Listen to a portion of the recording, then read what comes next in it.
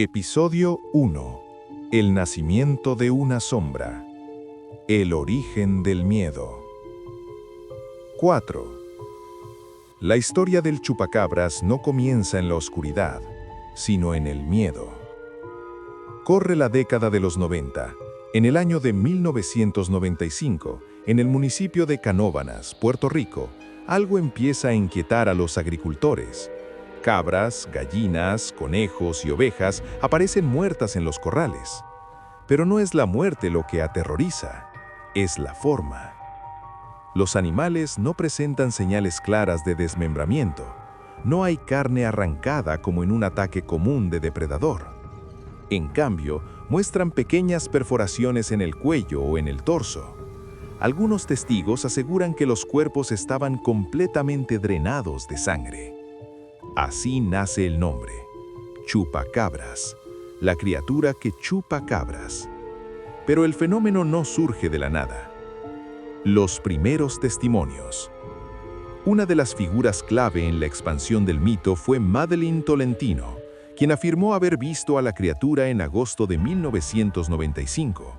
Según su descripción, el ser medía aproximadamente 1,5 metros de altura, tenía piel gris verdosa, ojos grandes y negros, espinas recorriendo su espalda, y saltaba de forma extraña, casi alienígena.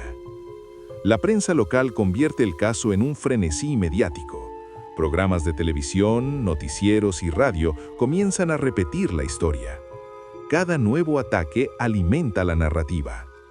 El alcalde de Canóvanas, en ese momento, José Soto, incluso organiza brigadas de búsqueda en los campos, declarando que la amenaza era real. Helicópteros sobrevuelan zonas rurales, cazadores se internan en la vegetación. Puerto Rico entra en pánico colectivo. La conexión extraterrestre.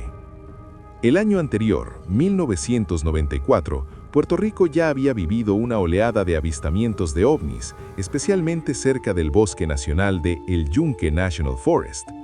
Algunos investigadores de lo paranormal conectan ambos fenómenos. ¿Era el chupacabras una mascota extraterrestre abandonada? ¿Un experimento biológico escapado de alguna base secreta? ¿Un ser interdimensional? Los programas sensacionalistas amplifican la teoría. La criatura comienza a representarse como una mezcla entre reptil y alienígena, similar a los grises populares en la cultura ovni.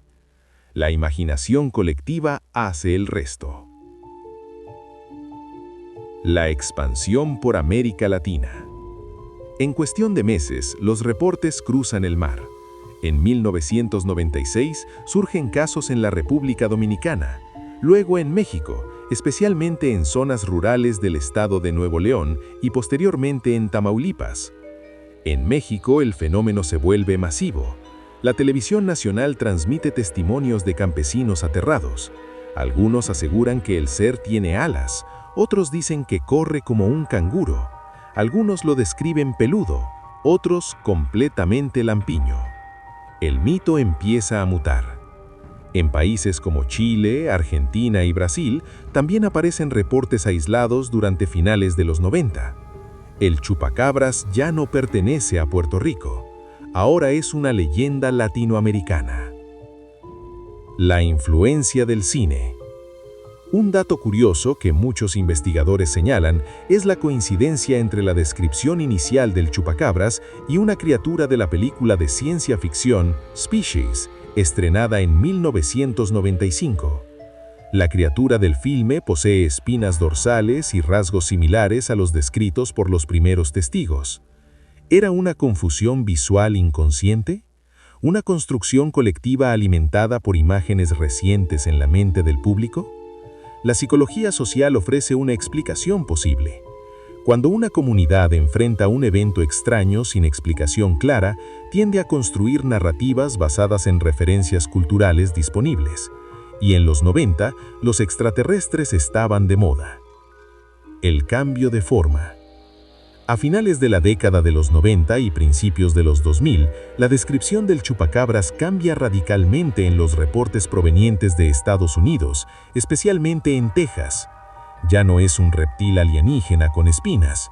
ahora es descrito como un canino sin pelo, con piel arrugada, dientes prominentes y mirada inquietante. Los cadáveres encontrados en ranchos de Texas y el suroeste estadounidense suelen corresponder a coyotes con sarna severa. La enfermedad provoca caída del pelaje, piel engrosada y apariencia demacrada. Veterinarios y biólogos sostienen que muchos de los supuestos chupacabras eran simplemente coyotes enfermos, pero para el imaginario popular, la explicación científica no elimina la leyenda, la transforma.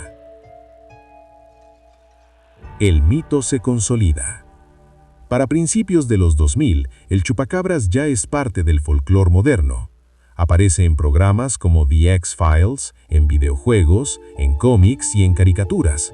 Se convierte en disfraz de Halloween, en símbolo turístico, en referencia cultural. Lo que comenzó como reportes aislados en un pequeño municipio caribeño se transformó en una de las leyendas urbanas más conocidas del mundo contemporáneo. Pero la pregunta permanece: ¿fue todo una histeria colectiva? ¿Depredadores comunes mal interpretados? ¿O algo más caminó realmente por los campos de Puerto Rico en 1995? En el siguiente episodio exploraremos las investigaciones científicas detalladas, los análisis forenses de animales encontrados, los casos más famosos documentados, las teorías conspirativas más oscuras y el impacto cultural global del chupacabras hasta la actualidad. La historia apenas comienza. Entramos en la década de los 2000. En ranchos del sur de Texas comienzan a aparecer criaturas extrañas, sin pelo, con piel grisácea, costillas marcadas, ojos hundidos. Los medios las bautizan de inmediato: chupacabras. Pero cuando los cuerpos son analizados por biólogos y veterinarios, el resultado suele repetirse: coyote con sarna sarcóptica avanzada. A veces, perro salvaje. En ocasiones, mezcla híbrida. La sarna provoca pérdida extrema de pelaje, engrosamiento de la piel, infecciones secundarias y un aspecto casi monstruoso. Animales debilitados por la enfermedad atacan ganado pequeño porque ya no pueden cazar presas rápidas. Las perforaciones atribuidas al drenaje de sangre muchas veces corresponden a marcas normales de mordida. Y el supuesto vacío de sangre tiene una explicación biológica simple. Cuando un animal muere, la sangre puede coagularse internamente o acumularse en cavidades corporales, dando la impresión de ausencia. Sin embargo, para muchas comunidades rurales, la explicación científica no logra competir con la fuerza del mito. Los casos más mediáticos. En el año 2004, un ranchero en Texas captura una criatura extraña. La fotografía circula por televisión nacional. Expertos determinan que se trata de un coyote enfermo. En el año 2007 ocurre otro caso famoso en Cuero, también en Texas. La muestra de ADN analizada en universidades estadounidenses confirma mezcla de coyote y perro doméstico. En cada ocasión, la conclusión científica apunta hacia fauna conocida. Pero el patrón es interesante. Cada cierto tiempo, cuando el fenómeno parece olvidado, reaparece. Puerto Rico, ¿punto cero? En Puerto Rico, muchos siguen convencidos de que el fenómeno original fue diferente al de Texas. Los primeros reportes describían a una criatura bípeda, con espinas dorsales y ojos grandes, muy distinta al canino sin pelo de Estados Unidos. Algunos investigadores del folclore sostienen que podrían existir dos mitos fusionados bajo un mismo nombre: el chupacabras reptiliano caribeño y el chupacabras canino norteamericano. Otros proponen que el primer caso pudo ser una construcción colectiva amplificada por el contexto cultural de los 90s, auge de teorías extraterrestres, programas de misterio y cine de ciencia ficción. El recuerdo popular, con el paso del tiempo, solidifica detalles que quizá nunca fueron consistentes desde el inicio. Teorías conspirativas. Como toda leyenda moderna, el chupacabras también fue absorbido por teorías más oscuras. Algunas versiones aseguran que fue un experimento genético escapado de laboratorios secretos. Otras lo vinculan con pruebas militares clandestinas. Algunas más lo relacionan con visitas extraterrestres y bases ocultas. Ninguna de estas teorías ha presentado evidencia verificable, pero cumplen una función narrativa poderosa. Ofrecen una explicación extraordinaria para un fenómeno que generó miedo real. El impacto cultural. El chupacabras dejó de ser solo un supuesto depredador. Se convirtió en símbolo. Aparece en series como Supernatural. Es mencionado en The X-Files. Figura en videojuegos, literatura juvenil y películas animadas. En México y Puerto Rico forman parte del imaginario popular junto a leyendas tradicionales como La Llorona o el Charro Negro. Incluso se ha convertido en atractivo turístico y elemento de mercadotecnia en varias regiones rurales. El monstruo pasó del campo al entretenimiento global. ¿Por qué creemos en monstruos? Más allá de si existió o no una criatura desconocida en 1995, el caso del chupacabras revela algo más profundo. Cuando ocurre un evento extraño en una comunidad, primero surge la incertidumbre, después el miedo, luego la narrativa. El cerebro humano busca patrones, busca causas, busca responsables. Un animal muerto sin explicación clara no es solo una pérdida económica, es una amenaza invisible. Y las amenazas invisibles necesitan rostro. El chupacabras ofreció ese rostro. La situación actual. En la década de los 20 del siglo XXI, los reportes continúan esporádicamente en zonas rurales de América Latina y Estados Unidos.